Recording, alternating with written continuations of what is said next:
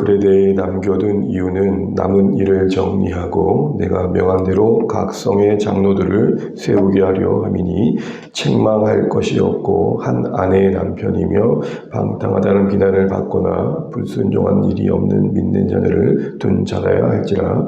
감독은 하나님의 천직이로서 책망할 것이 없고 제 고집대로 하지 아니하며 급히 분내지 아니하며 술을 즐기지 아니하며 구타하지 아니하며 더러운 이득을 탐하지 아니하며 오직 나그네를 대접하며 선행을 좋아하며 신중하며 의로우며 거룩하며 절제하며 미쁜 말씀의 가르침을 그대로 지켜야 하리니 이는 능히 바른 교훈으로 권면하고 거슬러 말하는 자들을 책망하게 하려 함이라. 아멘. 네, 오늘도 기도하며 감사합니다. 복 많이 받으십시오. 계속 디도서 말씀을 살피고 있습니다. 아마도 목회 서신이다 보니까 디모데전서와 분위기가 비슷할 것입니다. 그런데 그래도 디도서는 좀 짧지만 그 안에 좀 더 짧은 안에서도 요약된 그 충실한 내용들이 앞서 말씀드린 것처럼 우리가 앞에서 살펴봤던 내용들을 좀 돌아보는 기회가 될 것 같습니다. 어제는 그 긴 인사말 안에 담긴 그 묵직한 그 언어들 속에 담긴 그 메시지를 좀 살펴봤습니다.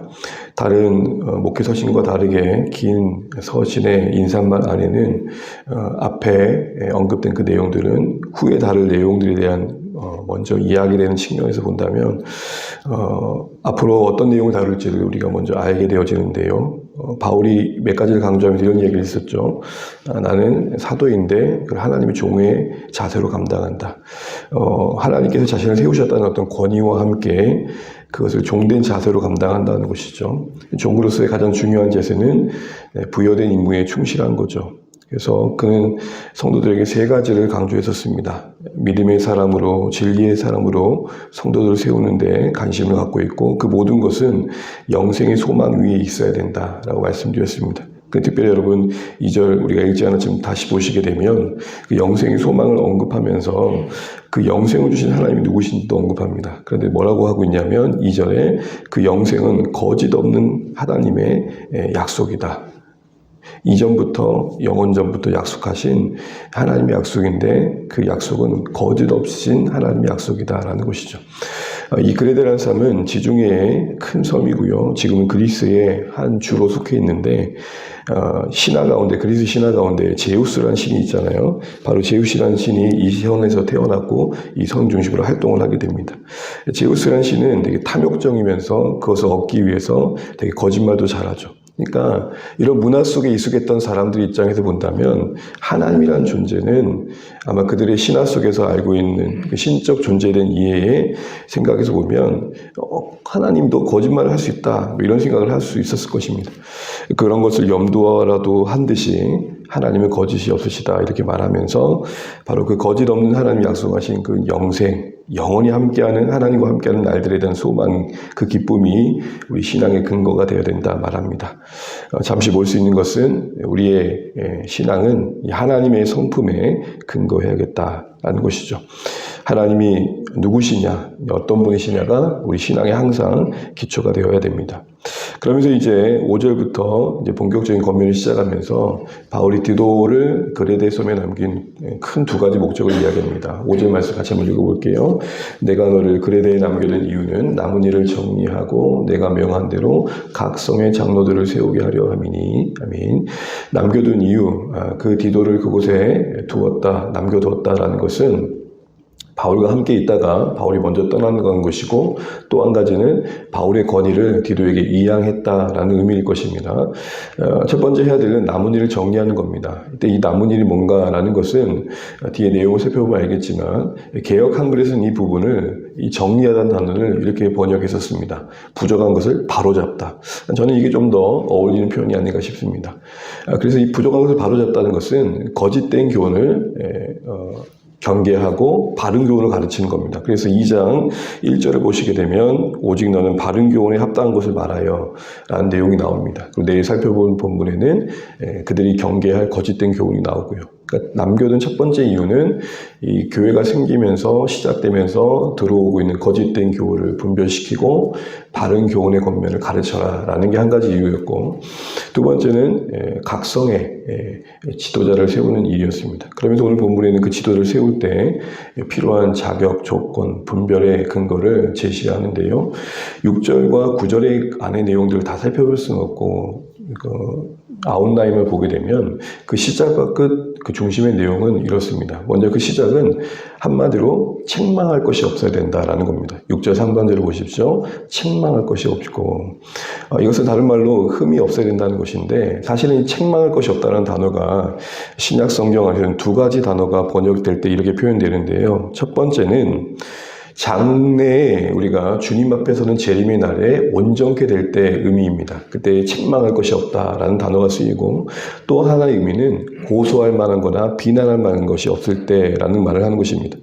이것은 두 번째 의미를 말하는 겁니다. 그러니까 두 단어가 있는데, 재림의 날에 완전히 완벽해질 때의 의미를 책망할 것이 없다고 표현할 때가 있고, 두 번째는 힐난할 만한 거나 고소할 만한 것이 없을 때 쓰여지는 단어가 책망할 것이 없다라고 번역될 때가 있습니다.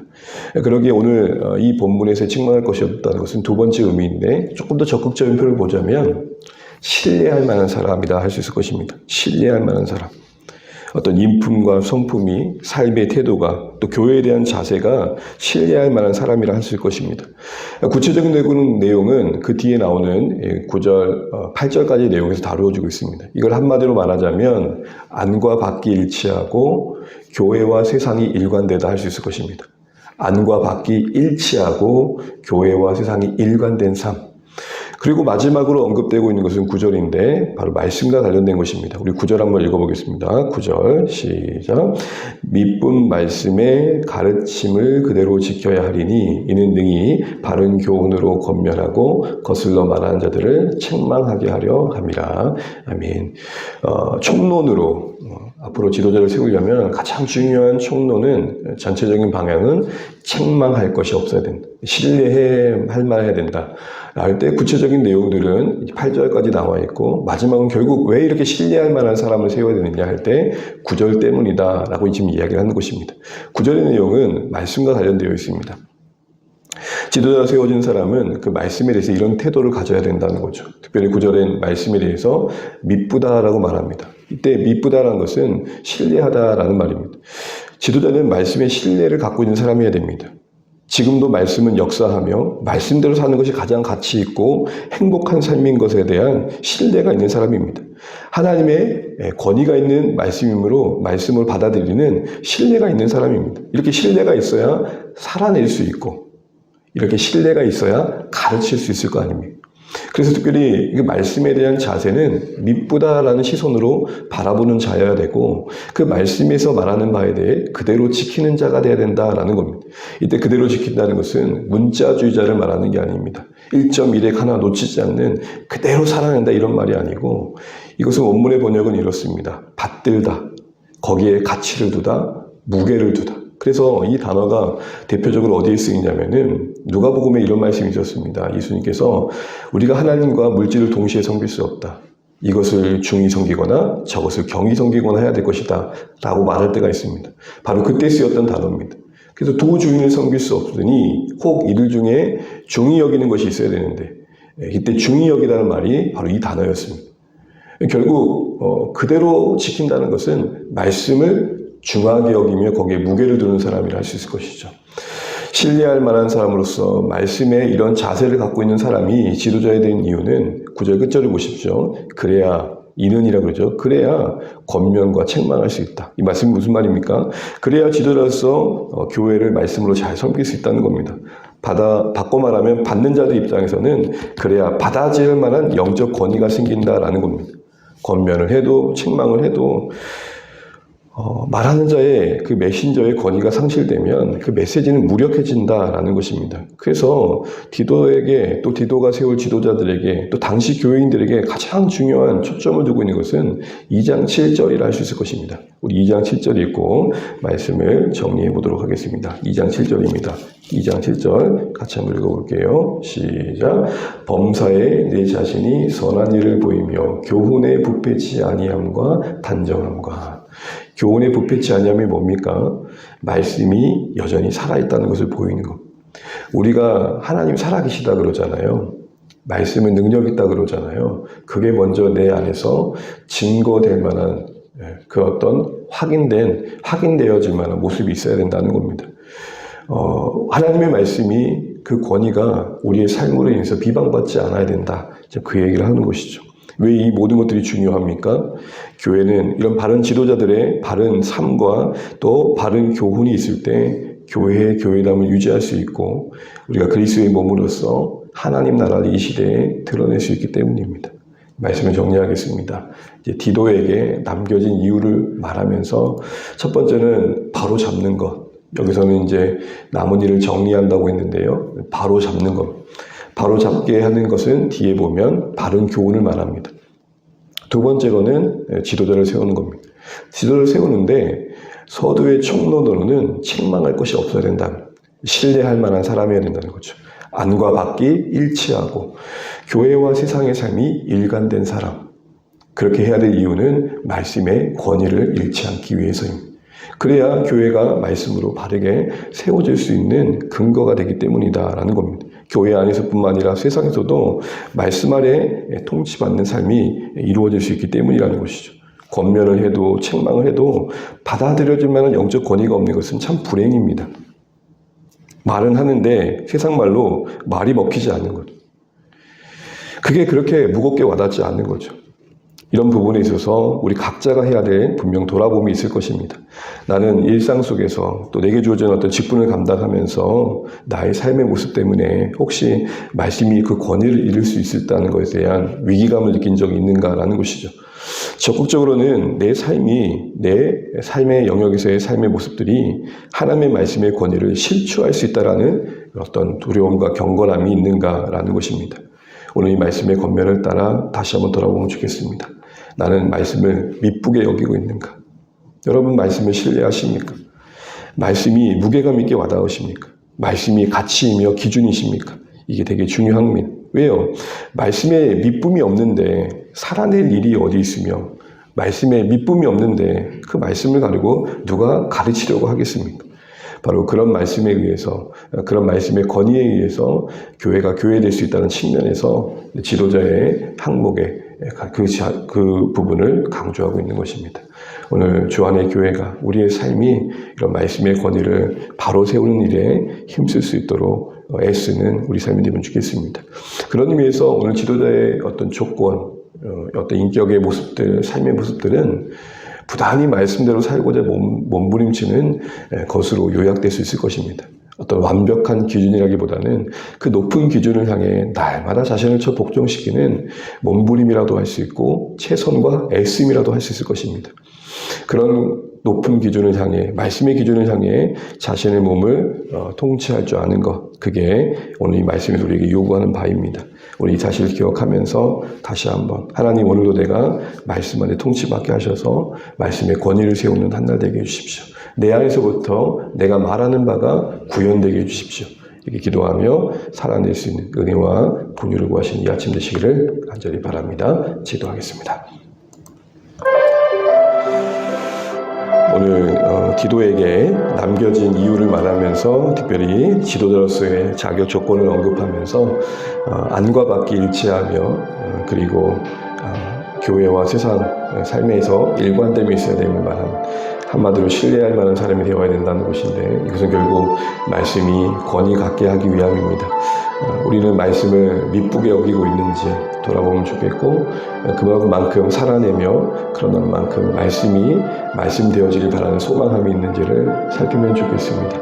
단순히 착하고 윤리적인 사람을 뽑는 게 아니라 정말 하나님의 말씀을 사랑하고 말씀이 말씀되기를 간절히 바라는 자들이 교회의 지도자로 세워져야 된다 말하고 있는 것이고, 또 우리의 삶이 또 그렇게 말씀의 권위를 세우는 삶으로 펼쳐져 가야 된다 말하고 있습니다. 하나님, 오늘 하루이지만 오늘 한 날도 내가 이 말씀의 권위를 의식하고 구현해내는 한 날 될 수 있도록 긍휼을 베풀어 달라고 기도하시면 좋겠습니다. 그래서 교회를 위해서 사랑하는 가족들, 이웃들, 우리 자녀를 위해 기도해 주시고, 특별히 어제 기도 부탁했던 것처럼 우리 이재영 양정에서 간 가정에 은혜와 평강을 주시되 우리 양정 수술 후에 잘 회복될 수 있도록 또 기도해 주시면 좋겠습니다. 또 이 나라 민족을 위해서, 조국 교회를 위해서 지금 기도하시면 좋겠습니다. 기도하겠습니다. 하나님 아버지 감사합니다. 오늘 우리에게 하루를 살아낼 수 있는 은혜를 주시고 긍휼을 베풀어 주시는 감사합니다. 하나님 아버지, 지도자를 세우는 데 있어서 그 하나님 그 안과 밖에 위치하며 또 하나님 일상이 또 교회가 또 하나님 일관된 삶을 살아가는 삶을 세워가야 하는 이유가 하나님 아버지 무엇보다도 정말 말씀대로 살기 위해 애쓰는 그런 삶의 모습이 말씀의 권위를 세워가며, 그래서 교회가 교회를 얻어가는 가장 중요한 요소를 만들기 때문입니다. 하나님, 오늘 우리가 말씀을 미쁘게 여기고 있는지 돌아보면 좋겠고, 그래서 살아내고자 하고 있는지, 그 말씀대로 가르치고자 하는지 다시 한번 살피면 좋겠습니다. 하나님, 정말 우리의 말씀이 부패치 않음을 보이게 하여 주십시오. 여전히 말씀은 살아있으며, 여전히 말씀대로 사는 것은 귀하고 행복하며, 여전히 말씀대로 사는 것이 이 땅에서 가장 가치 있음을 드러낼 수 있는 우리 삶이 되길 소원합니다. 하나님, 그러할 수 있도록 말씀이 우리에게 미쁘게 여겨지게 도와주시고, 하나님 그 말씀대로 사는 은총이 우리 가운데 있게 하여 주시옵소서. 하나님, 오늘도 그 말씀이 그 높은 기준을 따라 우리 삶을 살피고 진실하게 도와주시고, 하나님 도와주셔서 주의 말씀으로 살아갈 수 있는 용기가 있게 하여 주시옵소서. 하나님, 불쌍히 여겨 주시옵소서. 긍휼히 여겨 주시옵시고 주의 은혜가 임하게 하여 주시옵소서. 하나님, 긍휼을 베풀어 주옵소서. 도와주시옵소서. 하나님, 우리의 모습을 말씀으로 살게 하여 주시옵소서. 나라 민족과 조국 교회를 붙들어 주시고, 하나님, 우리의 사랑하는 성도들을 지켜주시고 오늘 살아낼 수 있는 용기와 지혜를 더하여 주시옵소서. 주님, 도우시옵소서.